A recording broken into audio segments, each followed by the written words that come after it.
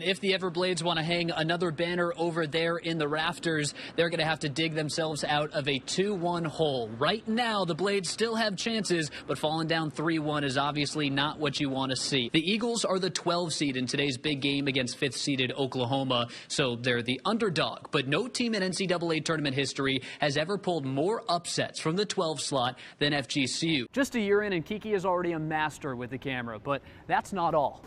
On top of being a Division I athlete and a photographer, Adams is also an aspiring chef.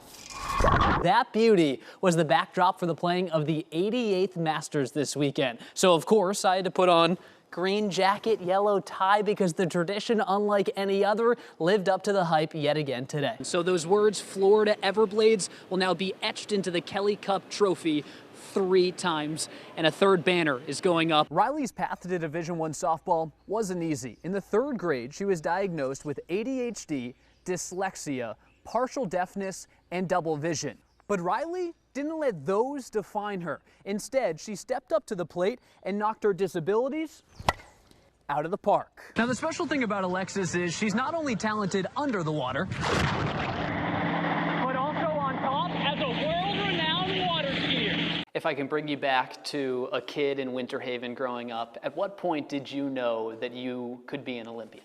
I tried out for 5 sports before I even got to swimming. There are 3 guarantees in life: death, taxes, and confetti lining the Alico Arena floor after another FGCU women's basketball ASUN tournament championship. Florida Southwestern softball played in its 3rd straight NJCAA national championship today. After hoisting the trophy in their last 2 appearances, the Bucks were looking to go back to back to back. And let's just say FSW is going to have to make some more room in its trophy case. It was after she was born that, as Mark kindly puts it, the wheels came off. In 1997 in Wichita, Kansas, Cindy Lawrence gave birth to her 2nd child, Natasha. The actual delivery went smoothly. Cindy and her high school sweetheart Mark returned home as happy new parents, but 3 days later those smiles were no more. Cindy lost feeling in her feet and was rushed to the hospital. She was put in a medically induced coma as doctors tried to diagnose her. Things were really becoming extremely critical. After numerous tests, the doctors determined Cindy had flesh-eating necrotizing fasciitis, invasive group A strep, and toxic shock. They would have to operate immediately, suggesting Mark might want to say goodbye. I'm like, she had cold feet at 6 a.m. How am I saying goodbye to my wife at 6 p.m.? Doctors continued to operate on Cindy for days as Mark watched and waited. Why do I feel so at peace? We are saying goodbye.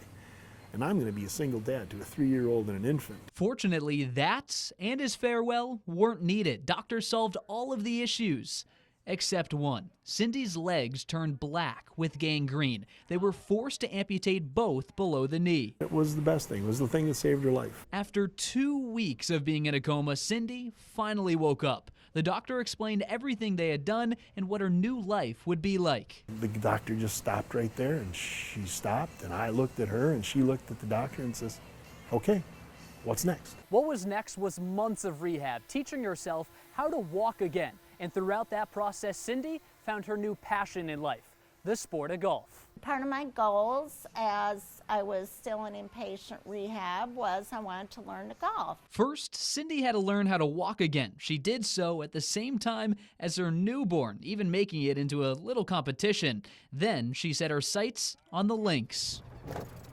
My therapist would be kneeling down and giving me a golf club and just teaching me how to swing. Those lessons paid off. Cindy and Mark retired early and moved to a place they could golf year-round, Southwest Florida.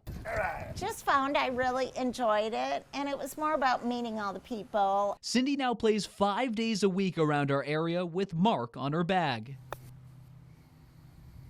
He is the most supportive husband I could ever ask for. He knows my needs sometimes before I do. I'm just lucky to be a part of it. I'm her caddy. She's the talent. Competing as a multiple limb amputee, Cindy Lawrence. The duo just competed in the U.S. Adaptive Open. a new national championship featuring the world's best golfers with disabilities. It was really, really cool and an awesome experience. Cindy finished first in the women's double amputee category for the second year in a row. But for Cindy and Mark, golf is more than trophies.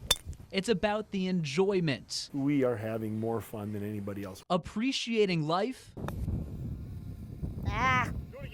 Do that again. I shouldn't be alive for all I went through, but I am. And inspiring others. There we go. She makes people see something in themselves that they can do that maybe they couldn't have done without seeing something like that. And that's pretty special. From near death to sinking putts, Cindy and Mark Lawrence have had quite the journey. God gave us this beautiful world to enjoy, and it's our intent to do that and have a great time doing it together. Reporting local, Jaron, NBC2.